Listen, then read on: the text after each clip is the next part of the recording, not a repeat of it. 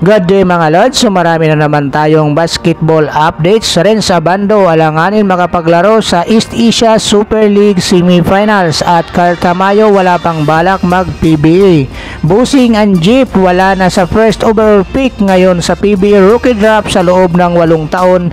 Ito ngayon mga lods ang ating pag-uusapan sa video nating ito. Ngunit kung bago ka pa lang sa aking munting YouTube channel ay humihingi po ako ng like, share and subscribe bilang suporta. Maraming salamat.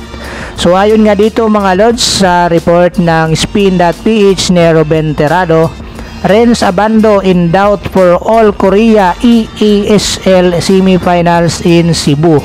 So sayang naman mga lods at dito naman gaganapin sana sa Pilipinas, most especially dito sa Cebu, itong East Asia Super League Semifinals. So matatandaan natin nga mga lods ay marami ang nagalak sa pagbabalik nga ni Renz Abando mula sa kanyang pagkakaroon ng injury at kamakailan lang nakapaglaro na muli siya dito sa kanyang team na KBL. So ito nga mga lods ay hindi sa magandang naging balita o pagtatapos dahil ayon dito sa naging balita ng Spin.ph ni Ruben Terrado, ito yung sinabi ni Renz Abando. Nung naglaro ako, wala naman akong nararamdaman until sinabayan uli ako, bumagsak ako, yun yung iniinda ko ngayon. Masakit uli yung likod ko. So yun nga mga lods, so napanood natin yung laban nga anong nakapabalik na itong si Renz Abando. Ngunit dahil dito nga mga lods sa eksena na ito na sinabayan nga siya sa isang pass break ay bumagsak itong si Renz Abando muli.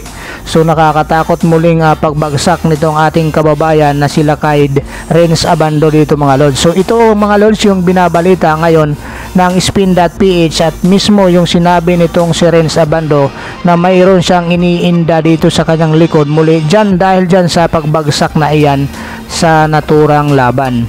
So magsagod din naman dito mga lods ay natapos naman na ni Renz Abando ang laban na ito kung saan nanalo nga sila dito mga lods at ang ating kababayan ay hindi pa nakabangon muli dito. So ayon nga dito rin sa karagdagang sinabi ni Renz Abando sa report ng Spin.ph ni Sir Ruben Terrado, actually after ng game na yon hindi na ako nakapag-practice. So ito nga mga lods, dito sa Cebu nga sana gaganapin itong semifinals ng East Asia Super League, ngunit hindi na nga siya nakapag-practice ayon mismo dito kay ating kababayan kay Renz Abando. Kaya dito tulad nung sinabi ng balita nga mga lods, nag-aalanganin nga makapaglaro sa kabuuan nitong semifinals ng East Asia Super League itong ating kababayan na si Renz Abando. So sayang naman din dahil siya nga mismo dito ang dinumog ng mga fans nung pagpunta nila dito sa Cebu. So kahit hindi na makakapaglaro itong si Renz Abando dito sa kanyang kupunan ay suportado niya ang kanyang kupunan. Lagi rin tong kasama dito nga mga lods. So ayon nga dito rin sa karagdagang naging balita nga mga lods na makakalaban ng anyang itong Seoul SK Knights para dito sa semifinals. So dito nga mga lods, sabi pa nga dito ng report na to, yung Korean Basketball League mula dyan sa pagkaka-injury ni Renz Abando ay naging cautious ang kanyang approach dahil sa nararamdamang sakit sa likod na nakuha nga niya sa kanyang pagbabalik.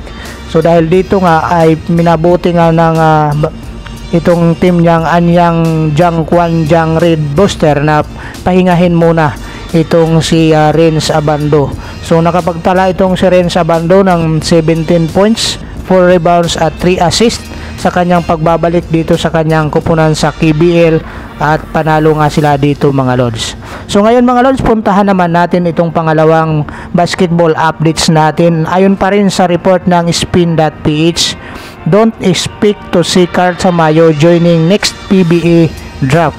So ito nga mga lods, siguro isa ka rin sa mga umaasa na papasok na sa PBA itong si Carl Tamayo ngayong susunod na PBA Rookie Draft.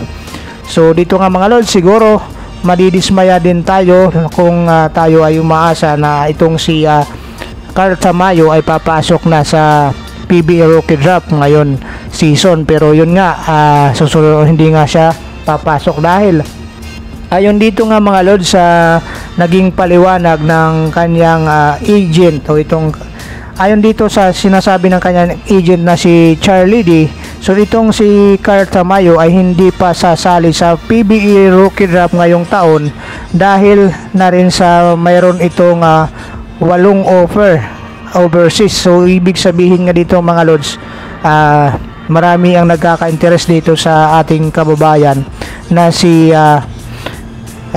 Carl Tamayo. Ito yung 6'8" versatile forward ng Gilas Pilipinas ni Coach Tim Con ngayon. So lalo na nasa nakitaan nga ng magandang laro itong si Carl Tamayo dito sa Gilas. So kung saan na sweep nga nila ang kanilang first window. So ito nga yung sinasabi na ngayon si Renz Abando sa 8 offer nga dito sa kanya, kaya hindi siya muna makakapagpa-drop dito sa PBA.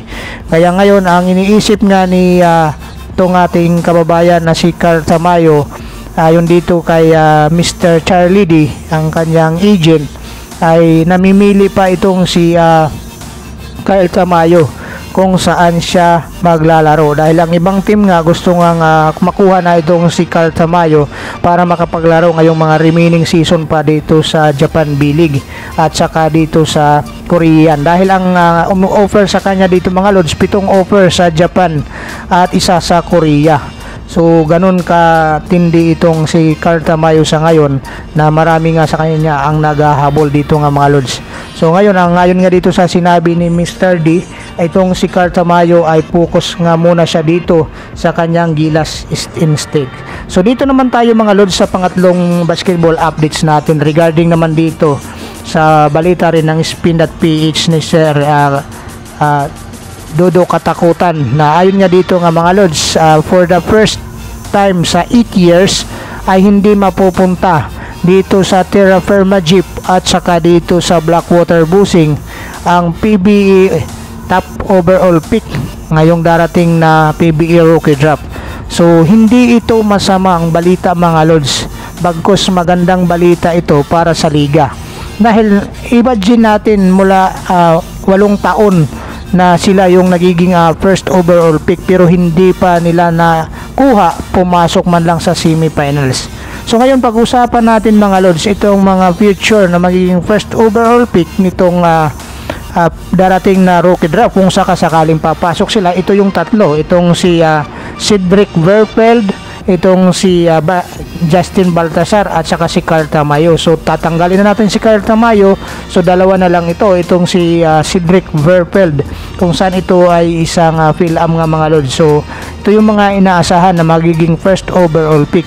So ngayon itong si Cedric Verfeld at saka itong si Justin Baltasar ay inaasahan na na kukuha dito sa first overall pick sa darating na rookie draft ay itong Converge Fiber XR. So maraming salamat mga lods. God bless you all.